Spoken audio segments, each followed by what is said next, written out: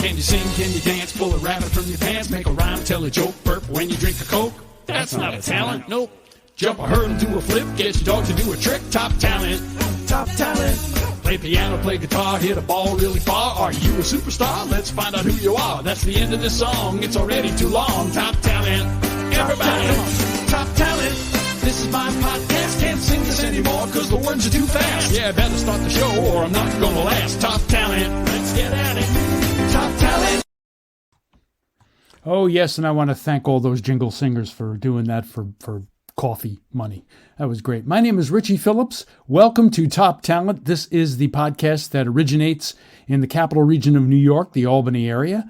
I was a morning radio co-host for 30 years in Albany. The station was WGNA, and retired in 2016, and I don't miss it at all, 4 o'clock in the morning. But I'm having a real good time doing this podcast, and after this particular episode, it really, really made me think and rethink what I'm doing. I may just do a podcast that's solely based on tribute acts because it's such a huge thing right now. So, and it begins with a T, so that's really important. So it'd be Top Talent Tributes. Oh my God, it rolls right off the tongue.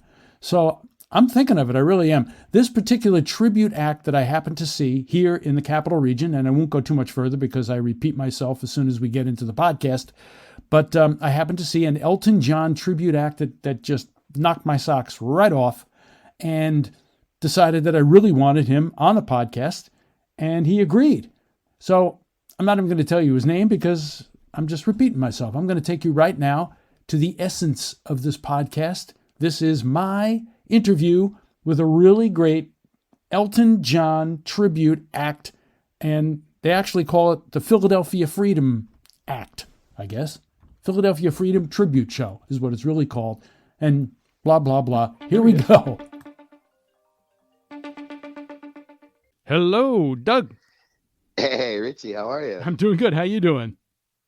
Pretty fine. Pretty good. I got those two sentences mixed up. Pretty good, and then how are you on this fine Sunday? I was going to say. Doing awesome, and I don't even know where you are or what part of this great nation you're in right now. I'm in the good old state of Pennsylvania right now. Oh, wow. So that's your home, right? Yeah, northeast. Like, if you're familiar with Scranton's usually the place I give most people. Uh-huh. But to be specific, Wilkes-Barre. So it's like 20 minutes south of Scranton. Well, the real Elton John has homes everywhere. So do you have homes everywhere too, or just? Not yet. Well, no, excuse me. No, I'm I know pretty simple. Yeah. Well, no, I've heard you play. You're not simple at all. You're just unbelievable. We're going to be talking, and we are talking right now with Doug. I don't know your last name. Is it Delescavage? Close. Delescavage. Delescavage. I was wondering about that. If it's which were the Polish. Oh, okay. Nice. And for you folks that are listening from outside of my region here, which is Schenectady, the Albany area, this Elton John impersonator, or tribute artist, that's what you go by, right? Tribute artist? Yeah, usually. Okay. He was at the Mohawk Harbor in Schenectady, which is right behind a beautiful new casino that we have here, relatively new. It's called the Rivers Casino, and he played outside there. What did you think? How did you like the venue? I mean, we definitely underestimated what the night was going to be like. Ooh. You know, we knew it was going to be like an outdoor show event going on, but it's just, like all the people coming in and stuff. All the boats and people are all coming in on boats and stuff. Yeah, it was an awesome night. It really was, and we were just all really surprised, very pleasantly surprised by it. Well, my wife and I used to walk that area during the pandemic, and there was nobody, and we were really worried about the casino in general. You know, about that whole beautiful area that they, with the apartments and the condos and everything. And then after seeing you there, I'm thinking, boy, you may have revived the whole area. I've never seen that many people there before. Yeah, it was crazy. I mean, even those apartments, people were all out in their balconies. It was cool. Yeah, fantastic. Has that place been around a while, or? No, it hasn't been around. I'm going to say maybe, I'm sure we're going to get corrected for this, maybe 3 or 4 years it's been there. Yeah, they've been working on it for a really long time. But Very getting nice casino. yeah. Now we had friends who had a boat, had like a pontoon boat, so we were in the harbor behind you. Nice. So all I could do was hear you first, and I'm thinking, well, I want to watch his piano playing as well. But your voice is incredible, and then when I went around to the front of the stage, I watched your playing. So let's get into that. Are you? What is your background? What is your musical background? Well, I taught myself. I taught myself piano. Wow. I was probably about 5 years old or so, and I had like a little tiny keyboard. I played on that for a couple years, and then eventually my parents got me some like piano lessons. But I always loved doing that as long as I can remember. Singing, I don't even remember when I started singing. I know I used to do a lot of apparently karaoke as a little kid. Yeah.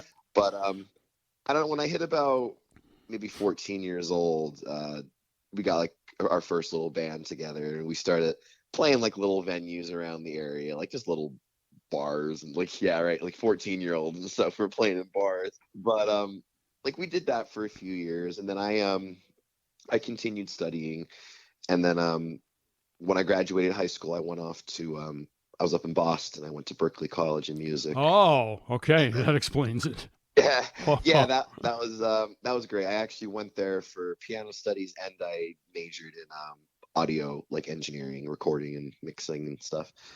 And then, yeah, came back to Boston, and I ended up finding my way now, like being a music teacher, which I did not think was going to happen, but I love that, and the Elton. So that's kind of my life right now is teaching music at our school by day and gigging on the weekend. Oh, so you're a full-time music teacher?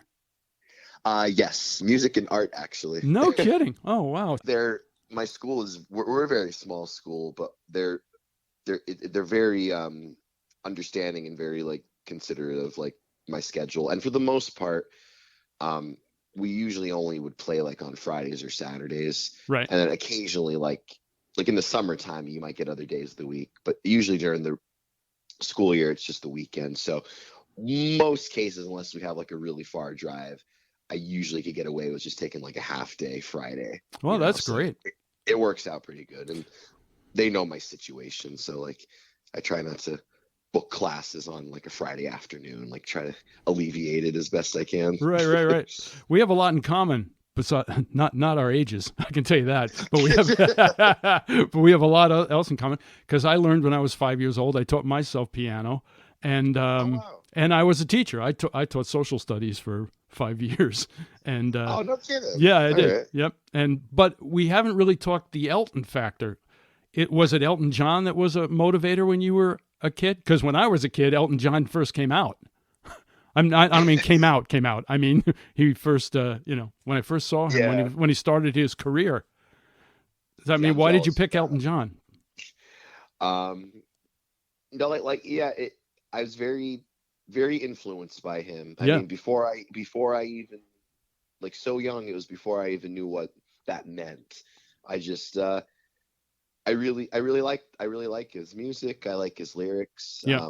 As I got more involved with the piano, that I really started to like appreciate, like, his style, his chord progressions, his color, everything to his music. Like he just, I like his story. I really do. Like just how he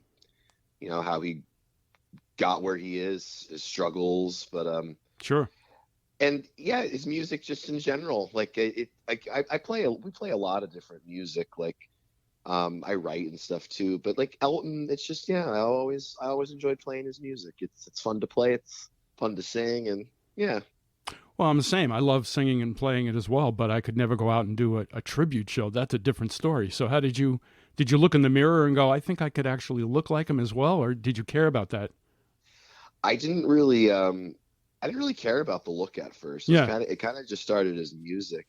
Mm-hmm. I mean, we most of us in the band that we're in now, that you saw last week, like 3 of us, me, Aaron, our one guitar player that was like on the riser, and then our bass player Bernie, we go back like to like high school. Aaron and I in particular, we go back to like when we were like 12. Wow. But we used to play a lot, like we did a cover. We had a cover band, and we played like top 40s, like 60s through modern time. And Right.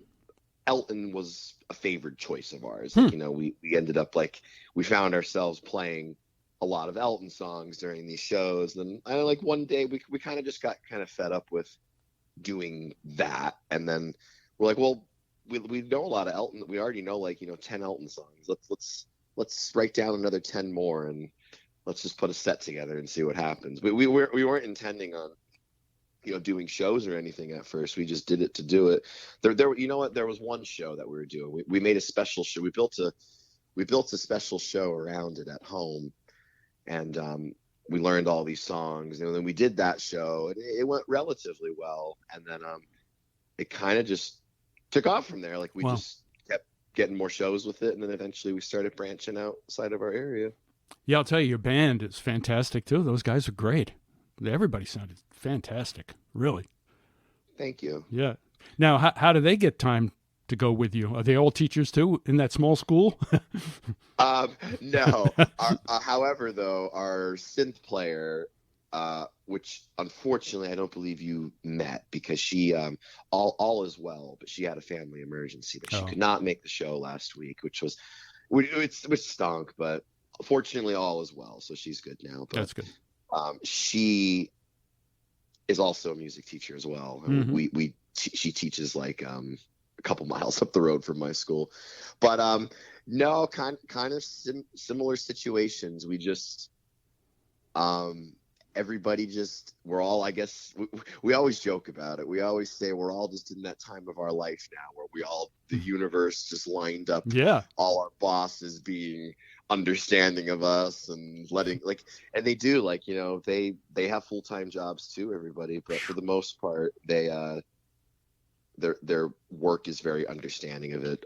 Our two guitar players, they basically just, their work, they just got to get their work done. It could be done a week early, it could be done 3 days early, it could be done Right. the day that it's due. As long as the work gets done, they're good. So Right. A lot of people are working at home too. Work. Yeah, sure. Yeah.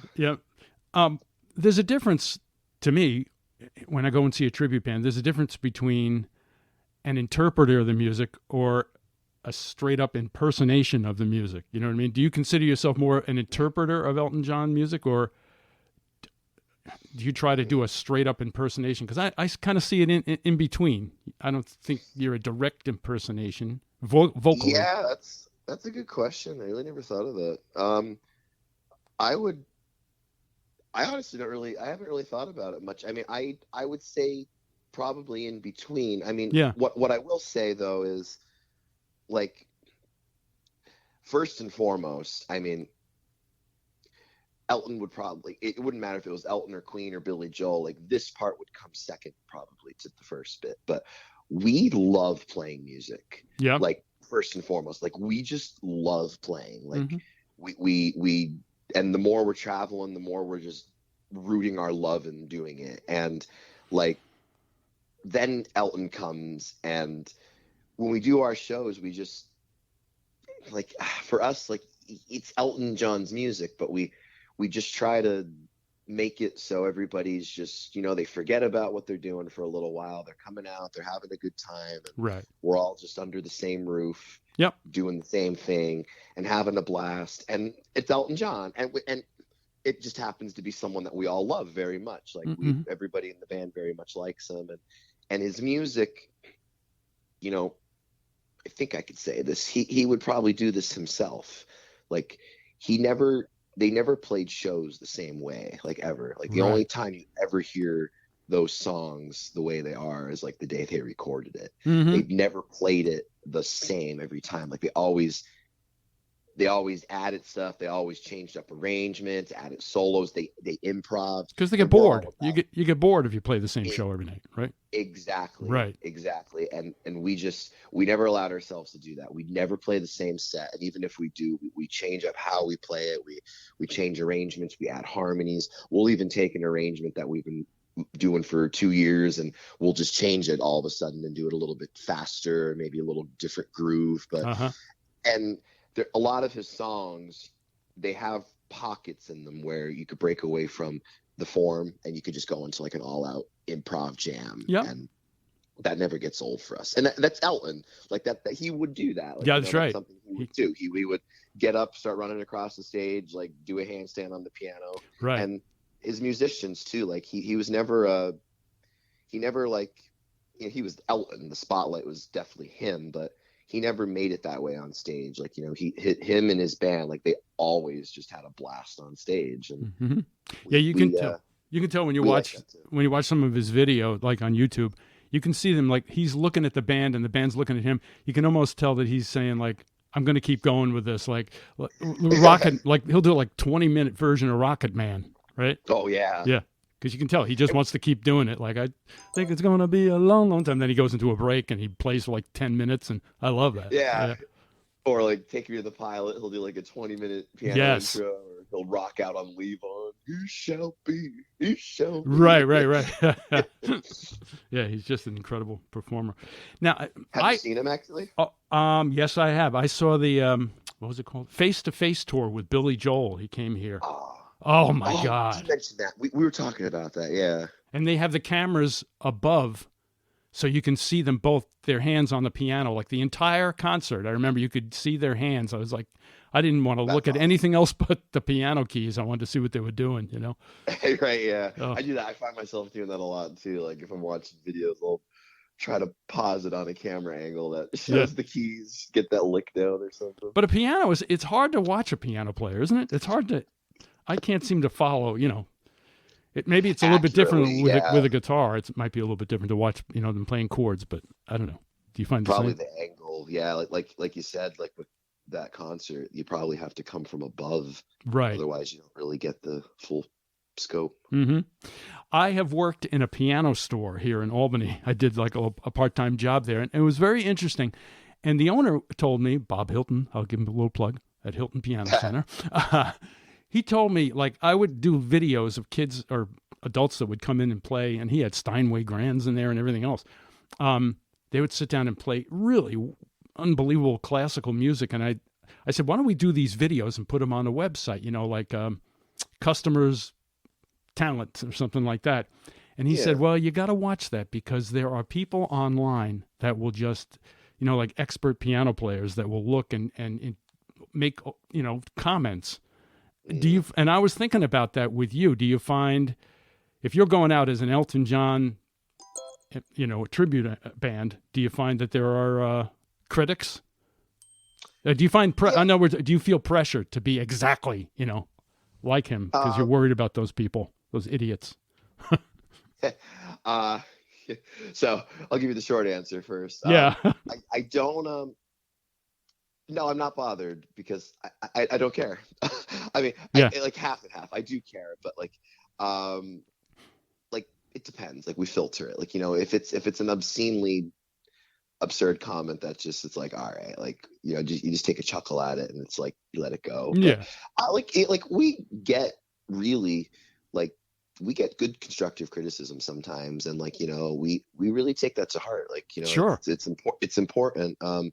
We have like, you know, we have steady people sometimes that have been following us at like recurring venues for like 3 years. And, you know, we've shuffled in and out players at times. And now we've been pretty set on this is our group now for like the past year or so. But, you know, they come back and they give suggestions. We get a lot of song suggestions from people, which is good. And honestly, the best critique I love getting is like, and we get it from time to time, is like on song flow, like, you know, like, or sometimes it's just a critique that we just realize ourselves. Like, you know, if we make a set and, you know, maybe it's just not vibing, like, you know, maybe we put one too many mellow songs next to each other or something, and the audience just isn't on their feet yet or something, you know, we'll just, you know, we'll always keep that in mind and see what works and doesn't work. But we really don't get too much of it at the end of the day. Like, good.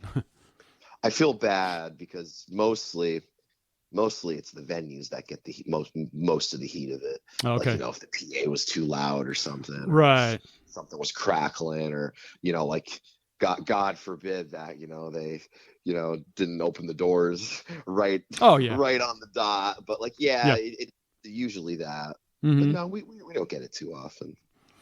What? One thing I did notice, as I wasn't looking at you because I was behind you in a boat, but the speed of your song, you seem to play it a lot faster. Like, I think I was listening to it might have been Crocodile Rock, and in my head it was like it wasn't that fast, but you do seem to. I don't know. You guys are really energetic. Is there a reason for that? Do you seem to play the stuff at a little bit higher tempo? Yeah. Honestly, that is just a pure impulse of like energy in the room. Yeah. Like, it's just, like, there's been times where we've played Crocodile Rock very slow, like, or like the studio speed. It just depends on the atmosphere. I mean, it was just a rockin' concert, I guess. By that point, people were like pushing up to the fence, and it's just like, well, let's go. Oh, okay. Sometimes I just do mess up. Like, I get a little too caught in the moment, and I get a little carried away, and then when it should be 1, 2, 3, 4, it's like Grace Seal, like that's supposed to be like, tell me great, and right. Like, 1, 2, 3, 4. Yeah, I noticed. The second I said 4, I'm like, oh shit! Like, I messed up. Right. And then we kept it going. So sometimes that happens. You just got to keep the train going. And that's another thing I noticed, that you seem to pick a lot of cool album cuts that I wouldn't think of. If I was in that band, I was thinking, let's just play the hits. But I love the fact that you played like Grey Seal, and I listened to Elderberry Wine and stuff like that. I said, this is really good. It shows your knowledge of Elton John. But do you find that the audiences seem to recognize those songs? Sometimes, yeah. That's actually another one of those self-realization critiques. We'll bust out certain ones, and we'll see if it's receptive or not. Sometimes you just need the right place to play that right type of song too. Like, right.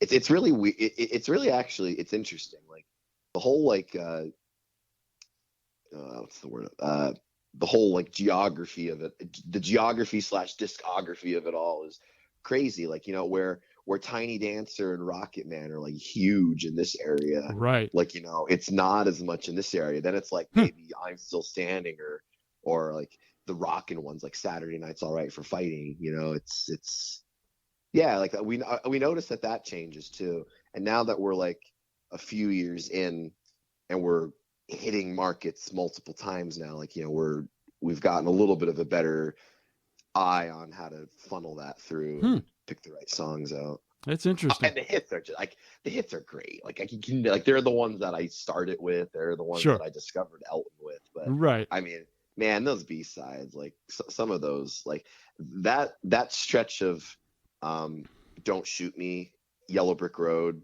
Caribou, and Captain Fantastic, like those 4 albums right there in a row are like, to me, that is him. Yeah. That is the epitome peak of his music ability. And like any song from those albums in particular, like, we love doing. The gold standard. Well, here's one for you. Have you ever tried to play Ego? Ooh, okay, a little bit later. That, if you can play that is whoa. I know the song. I've never played it though. I've never sung it, but yeah, that's a good one. That's a really good one. I always crank that one up every once in a while.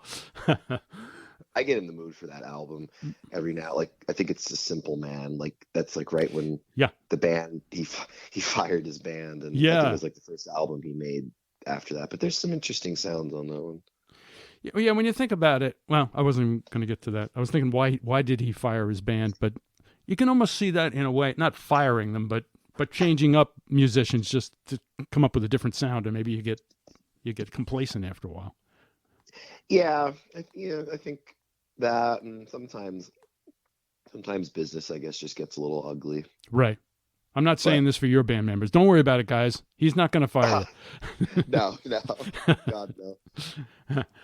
I wanted to just a little bit, and this is my fault on my side because I really would love to have done this visually on Zoom, but I've had such a problem with it. But I don't know if you're near your piano. It doesn't matter if you're not. I was just wondering. I if you can be in a few moments. Yeah. Yeah, no problem.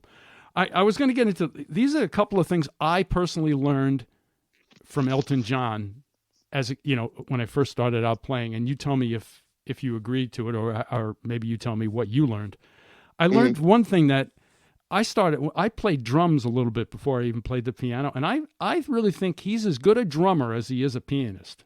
His rhythm is like, and your rhythm is just unbelievably on point. Don't you agree? Like that I 100% agree. Like that's it's actually really interesting that you bring that up because recently, like these past like year or two, I always like am looking for new influence, like with piano, different styles and different angles to approach the piano.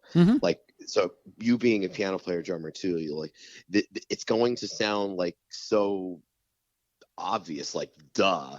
But one day, like not too long ago, it just dawned on me that if you know what it was? I was playing my keyboard. I think I was setting up to record something, and my volume was all the way down. And when I turned the keyboard on, I was expecting to hear like the chords, and I just put my hands down and started playing like for half a second, and it was just like the keys hitting. Yeah. And then it dawned on me. I'm like, I really understand why piano is also considered a percussion instrument. That's right. Without the noise, we're literally just hitting hand drums. That's exactly it. We're hitting bongos and we're hitting like timpanis and a drum set without the sticks basically. Like our hands are, and we have 10 of those fingers.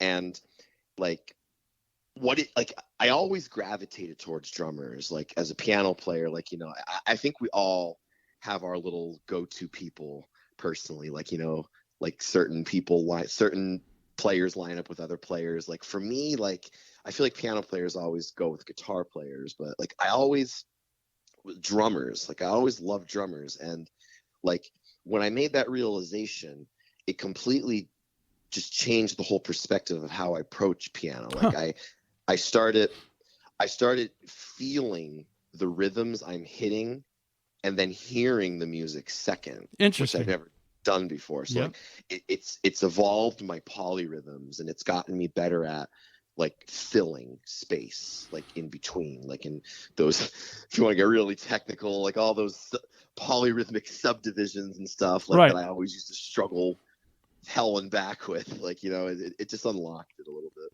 Like when I think of Elton John's songs, like his style, I almost think of it as not a rumba, but if you think about the actual beat, it's like and then you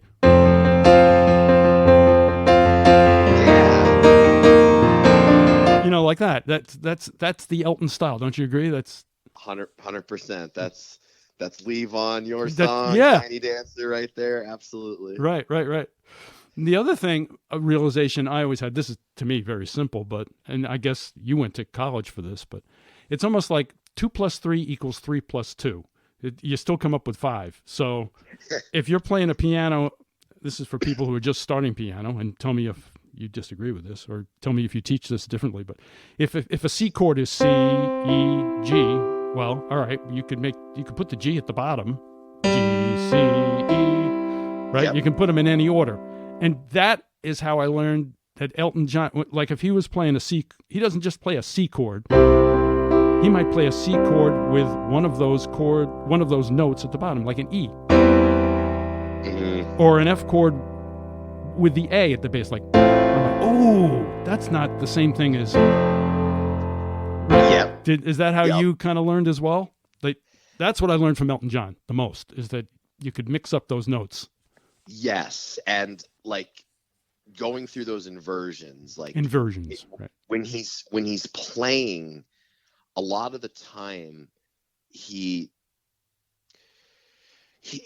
playing a lot at any given moment, but for the most part, when he's doing the accompaniment during like a verse or something, for the most part, he's just taking a chord and he's just moving around the combinations of playing those notes together. Yep. So like for anybody also that's like, starting piano, like a great thing like that I tell all my piano students are like just the first thing, because no one ever gets right into reading music right away. Like, right. I try to encourage it, but you lose that, like if you don't keep the energy and the excitement going, you'll lose them.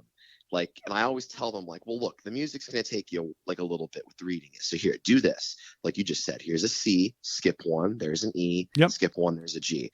Now you just move each finger on each note up, and now you have your whole entire first set of 7 chords in C. And then I tell them, yep. take those 3, because you're in a block now, take those 3 and rearrange the puzzles yep. for each of them. C, E, G, E, G, C, G, C, E. And now times that by every chord you have. Yep. And then any note you play, if you're playing a C major chord, it doesn't matter where you play the C, where you play the E, where you play the G. If you play them single, if you play them double or triple, it'll work anywhere on the piano. That's take right. your left hand and just drop one of those 3 notes in that chord. Yeah. And then back to what you were saying, what Elton definitely did for me, I really noticed it in his music. When you talk about like, doing that C chord and then you put the E on the bottom instead of the C maybe, yep.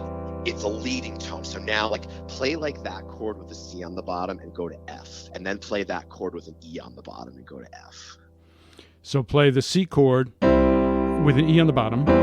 Yeah. And then go to an F chord with an F on the bottom? So like take that E and just go up one finger to the F. I really threw a monkey wrench out. I wish you were at the piano. I'm going to have people listen to this and go, why the hell are you playing the piano? Why isn't he playing? Oh, gosh. Sorry. It's my fault. I just pictured you be near the piano. Okay, so once again, C with an E and then play the F with an F? Yep. Yep. And then verse is like a C chord with a C in the left hand to an F. Oh, right. Like it just gives it a little bit of it gives it that leading tone. And okay. it, like for me, I think of it as momentum, and he does that a lot. Like he'll do those leading tones, and it just makes the destination more impactful, I guess. Yeah, I had a more simple explanation. It's just so much cooler to hear those notes, to hear those chords. Like I learned if it wasn't for your song, I probably wouldn't be playing to this day. And what I did, and this is really going back, is when I started, there were 45 RPM records, right? And I got Nice. I bought the single, and I remember I'd take it down to my basement, and I would play it at 30 at a lower speed, and you'd hear. You know, and my parents would go, "Would you finish the damn song?" And I would just spend like months just trying to. I'd hear it and go. Now, the simple way to play the second chord would be, let's put it this way. The simple way I would play it in the beginning without really listening to him would be, and then an E flat with a B flat. An A flat bass. Yeah. But then, maybe even by mistake, and I think you can learn a lot of piano playing by just making a mistake. Because I think that's how I did it. One day I was like, and then I went up on my right hand to the next chord, but I forgot to move my left hand. Right? You kept that E flat. Right, right. Yeah. Kept the E flat. Same is what we're talking about. Just taking one of those notes and accidentally putting it on your left hand instead of moving. Sometimes that's when the best things happen. Yeah, and that's really how I learned it. He was just a master. Billy Joel, the same, right? Oh yeah, absolutely. There's a slight different stylistic approach in both of them that really I love. And right. That's shaped me a lot. Yeah, people will ask, who do you think's the better player? I could never come up with an answer with that. I couldn't answer it either. I think they're both independently great in their own branch. Like, they're yeah. It's like comparing chocolate and peanut butter. That's right. You can't compare it, but you can put it together and have a really good time. That's right. Now, if you look at old videos, they're playing like real, I guess they drag around real pianos. Now, I notice you play a digital, and I don't understand why you wouldn't just bring a digital, because you got to retune these things. But would you rather play a regular piano if you could? Yes. You would? 100%. You would, yeah. Oh, it's just the logistics of it. Or, I mean, when it works and we have the opportunity, we do it. Like, wow. There's a couple shows that we've had, and we have a few coming up where, like, one's going to be at a university, and they have like this beautiful 9-foot Steinway from wow. like 1975, wow. which is like literally probably like the kind of piano Elton would have played back then. But right. Like, it's that's a very, very luxurious, spoiled treat when I get to play a real piano. I think we do want to upgrade, though. We have an upright shell that I just stick my keyboard in, but yeah. we are soon going to upgrade to a grand shell. Our problem isn't getting the shell. The issue is just once we get the shell, we need to upgrade the trailer. Like, we need to get something bigger to actually transport it. Wow. So this is something, you own a trailer and everything goes in one? We don't have a trailer yet. Right now Right now we got the 6 of us down to about 3 to 4 cars, and then okay. we just get the gear to fit. But yeah, eventually we got to get a trailer. Sure. So your schedule, you were here in Schenectady, and then didn't you go to New Jersey, or am I wrong? Yeah, actually, we just got back last night. We were we were in Red Bank, which is about maybe 10 or 15 minutes like outside of Asbury Park. Oh, so you played last night? North Jersey. Wow. Yeah, it was a place called The Vocal. Mm-hmm. It was a great show. Like, we had such a great time. Wasn't as big as last week, but it was a great night. I was listening to Paul McCartney, and he was saying that the Beatles, when they played, a lot of times they did a lot of shows, don't get me wrong, but their shows sometimes were only like 20 minutes. Once they got really big, 20 minutes to a half hour. And you do, how long are your shows? On average, hour and a half to 2 hours, usually towards the later end. It just goes back to, we usually have to get like the time, the guy tapping his watch from the side of the stage, because we just love to play. Yeah. We really do. And Elton John would do that too. I've seen him a couple times, and like, you go there, like his one concert started at 8:00, and usually those guys, like, they'll put maybe like an hour and a half, 2 hour show on. Like, holy cow, he didn't finish the last song until 11:30. Oh, that's a 3.5 hour concert. Oh my God. I'm like, how do you do it?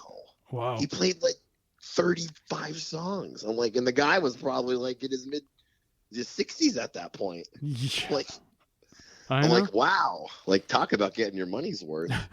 Well, look at McCartney. I think he still does like 3 hour shows. He doesn't even take a drink of water. And he's 81 years old. I don't know. Well, that guy and Ringo, I kid you not, they are, not that we want this, but they're going out on stage, man. No, they are. They're never stopping. No. He's just booked a world tour again, McCartney. I saw that. I might bite the bullet if he comes around. I've never seen Paul McCartney, and like an idiot, I had the opportunity when I was like 20, and I turned it down. Whoa! And I'm like, it was at Madison Square Garden. Oh, he was here. He came to Albany, and I was on vacation. I missed the concert. I really always wanted to see him. Yeah. So okay. We're talking today. Where's your next gig, and when is it? We are in the Rehoboth Beach, Dewey Beach to be exact, in Delaware. This coming Friday, we're playing at a place called Bottle and Cork. It's like an outside kind of bar near the beach area. Nice. So it'll be fun. Then we're gonna make a little trip out of it. We're gonna do we got a campsite and like a little camper, and we're gonna dock there instead of a hotel and camp out like on the beach for a day or two. That's great. And then Philadelphia. Then we hit up Philly the following week, and we have a two show run there. And Hmm. Then we're off for a couple weeks. We got the latter part of August off, and then September and October pick up pretty heavy. So it's mostly the East Coast, right? You're not flying anywhere. For the most... No, we did do Colorado last year. Ooh. Like they flew us out to Beaver Creek Resort. It was that was pretty cool. Like that was a new experience. But yeah, for the most part, just East Coast. Mm-hmm. We have a situation here. We have this like where it's like, do we drive or do we fly? We just got this show down in South Carolina next summer, and we're deciding like, South Carolina, it's not too far that we could drive it, but it's also far enough that it's like, do we want to drive yeah it? So, yeah, we've driven to Florida several times. It's a pain to drive. Oh yeah. And to fly, I mean, fly in for shows, because there's just so much more you gotta set up. You gotta tell the venues to get you all the right gear and stuff. It's a hassle. Sure. And how many costume changes do you do? See, I didn't really see that part of it because I was behind the stage when I watched you or heard you. Yeah, if you were back there, you probably saw me getting changed. I did see you getting changed. Yeah, we did. Well, I just did one for this show. It depends on the show flow. Sometimes we'll do like a set, and then like if the venue wants to have an intermission for like bar sales or something, then we'll take a little intermission. Then I'll come out in a costume change. Like in Schenectady in particular, like we just did a straight through. So we have like certain songs where, you know, I can step off like before the song ends, and the guys can just jam out for a minute or two while I change. We do that a lot. We play like dice with each other, and then like, you know, I'll come out and maybe I'll do an intro of Take Me to the Pilot for like 10 minutes, and then the others can go off. And yeah, sometimes they do a little quick change too. But yeah, we spice it up a little bit. I don't remember you playing Take Me to the Pilot that night because I love that song. Did you? I don't know if you remember. We did not play Take Me to the Pilot that night. I would have heard that. I would have jumped off the boat and run over to see you there for that. We wanted to. That's always the hard part too, man. Like we just like when we're on a time limit, like we only had an hour and a half. Like, right. And there's just so many songs we want to play, and we gotta. At the end of the day, some just gotta get cut. And it's always that's actually that's a critique we'll get. That's usually our most common one we'll get. Like people will come up after the show and be like, "No, your song. Where was Rocket?" Like, right. Some you just have to play. Yo, you got to play that. Right. I was going to do like Elton John trivia questions. Like but I think you're going to know the answers to this. Like, what is Elton John's real first name? Reginald Dwight. That's right. Okay, very good. I'm not going to be too proud of myself. Okay. Here, probably. All right, we'll keep going.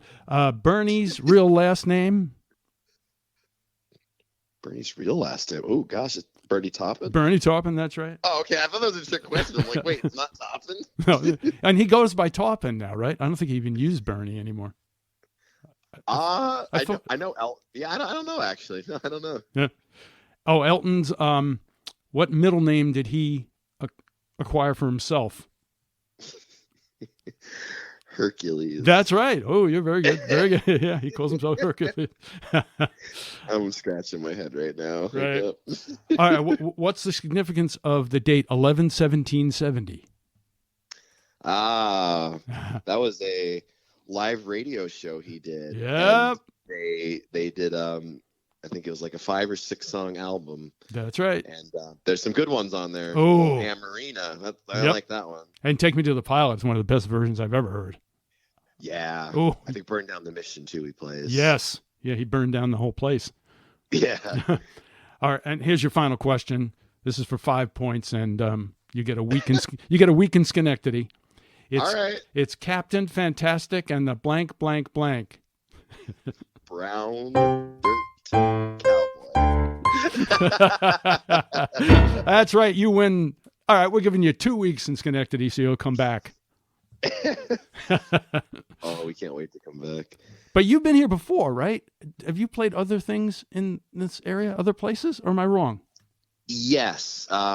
Rivers was our 3rd time. So this is a relatively newer market for us. But yeah, last last August in 2022, we played Frog Alley Brewing Company. Oh, and right. they have they do a big outdoor stage there, like in the parking lot, and a band that we have worked with a lot and have helped us like a lot, especially in the beginning, like Almost Queen, they're called. They're a Queen tribute band, a very, very like established Queen tribute band, like where we want to get one day. But we opened for them at that stage last summer, and then like it seemed like it received pretty well. So we came back that winter, so like last January now, like 2023, and we played the inside venue at Frog Alley. And that was just our show then. And that did pretty well then. So like we're like, all right, like we have a market here. So we were gonna the plan was just to reach back out to Frog Alley and just try to keep growing it. But then Rivers Casino reached out to us shortly after that show, and they're like, hey, we have this Harbor Jam thing that we do. And so yeah, we did that, and now the plan will be, we don't have the date just yet, but it'll probably be another Frog Alley return. Oh, I would think probably in the later fall, winter time. We try to get on like a 6 to 8 month circuit for every like place we play. right. And do you prefer the outdoor ones? To me, I would think there'd be more, I don't know, interruptions in an outdoor concert, or you wouldn't be able to concentrate as much as an indoor, but maybe I'm wrong. Yeah, there's pros and cons of each. I love the energy and the vibe of an outdoor concert. Yeah. But to actually like really get intimate with like the music and hearing everything properly and Right. just getting encompassed in everything that's going on. I mean, yeah, inside's nice because then if you have a good sound system, if you have a good mixer, then, Right. like you're flooded with just sound, and it's great. Sure. No, they did a nice job with the sound outside there. Yeah, I thought it was good. I mean, we can never hear the mains, but Right. it's definitely an element of 1,000% trust there. But I mean, it sounded great on stage for us. Like we could hear everything. So Yep. usually when it sounds great on stage, it's usually pretty good. All right, my final geeky questions, very geeky. What brand of keyboard do you play when you're playing it? What is that thing? Yeah, I'll be very geeky with you too, because I could talk about that all day. Yamaha? I am a Yamaha guy. I've always been. Nice. All 4 of my boards that I've had over the years have always been Yamaha. This particular one that I use now is the CP88 stage piano. That's a great piano. It's great. I'm not like the biggest synthesizer person. Like I don't like, program much like live. So like I don't need a lot going on my piano. So like for the CP one, it's just a very hands-on one. Like it's very analog based. You just flip switches, and then all of a sudden you got your pianos. You flip that off and flip that one. Now you have your organs. Yep. So it's just it's very easy to navigate. But and the touch on it, like piano player to piano player, it's the touch. It's hitting it and the weightness, the weight to the key, like Yes. simulating like a real piano, like that. I'm always a sucker for that feature. And they've come so far. Now they have this thing called modeling, right? Where they used to do sampling, where they would just take maybe a microphone or a couple or 2 or 3 microphones and record every note. Now it's done with the real more advanced pianos. Even the more intermediate pianos now, they're using this modeling where a computer just recreates the sound, like every single nuance of a piano. It's insane. So close. Oh my God. Yeah, the technology that goes into that, like they take any new modeled acoustic piano that comes out, and then they just like subsonically like recreate it digitally. Yeah. And then they can take that information, put it into a tiny little chip that goes inside these keyboards. Yeah. It's like, wow. It's like we're very spoiled now. I didn't grow up in this time. I was not around, but I have a very, very it's funny. I have a very nostalgic reminiscence of like the old days, but I actually am not from the olden days, if you will, for Well, lesser sense of words. I was born in '95. Oh my God. My keyboard's from 93. I mean, but come on.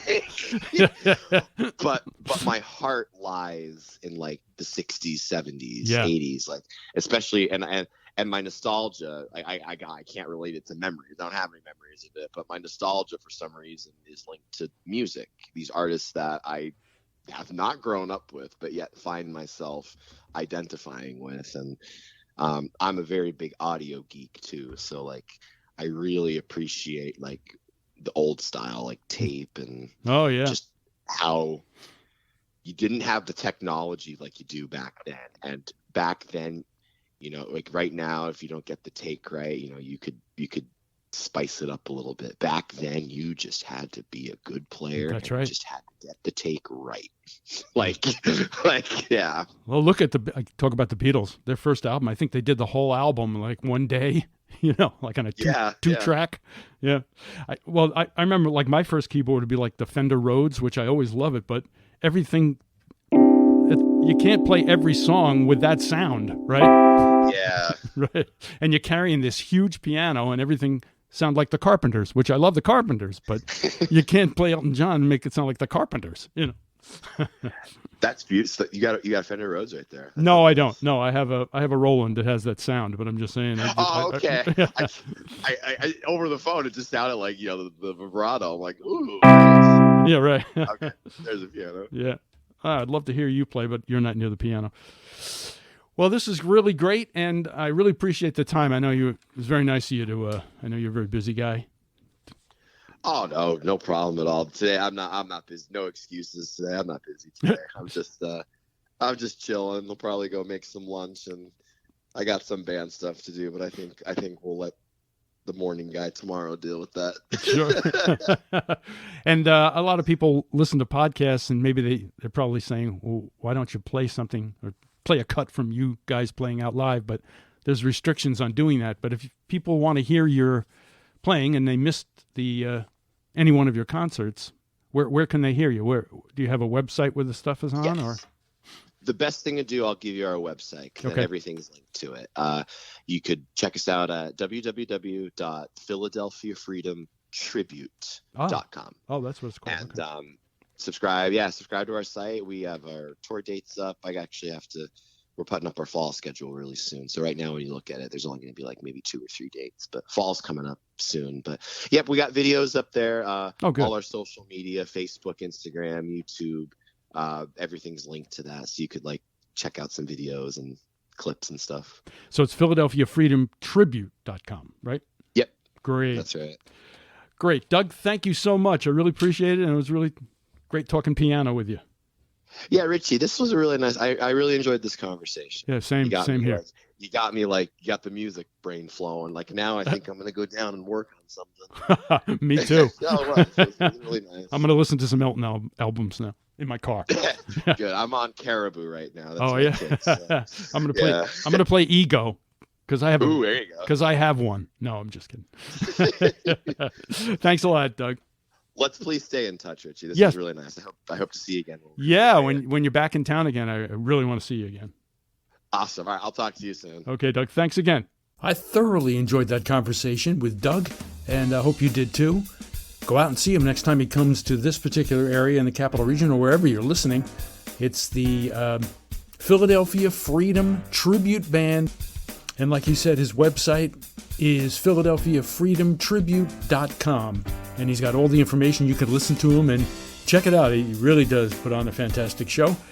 I am really thinking of morphing this podcast into just doing tribute bands. There's just so many of them all over the place in our area and all over the place. If you think that's a good idea, you could text me. Not text me.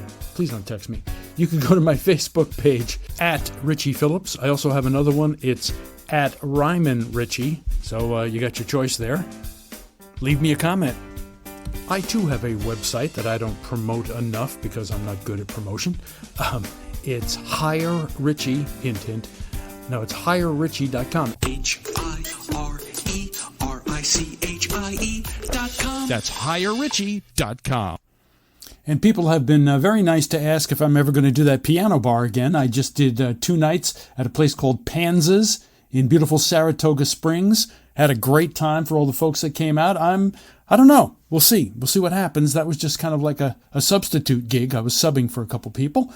And if they ask me, I enjoyed it. I really enjoyed it. I am doing an opening act for, this is very exciting, for Randy Travis. And that's going to be coming up on the 26th of August at the Charles Woods Theater in Glens Falls. And then on to Laconia, New Hampshire. And I'm going to be an opening act for him there too. I have to laugh because it makes it sound like this is something I'm doing every week. This is just a once-in-a-lifetime opportunity, and I want to thank the organizer of these two concerts, Kevin Richards, for letting me be a part of it once again. We did this last year, and I had such an incredible time. Just to be sitting near legendary Randy Travis was just incredible. I'm trying really hard to get Randy Travis's wife on this podcast, and I'm getting close, folks. But I'll be passing out cigars if that happens. If you like this podcast, give it a subscribe, give it a like, spread the word. I really appreciate it. Talk to you next time on Top Talent.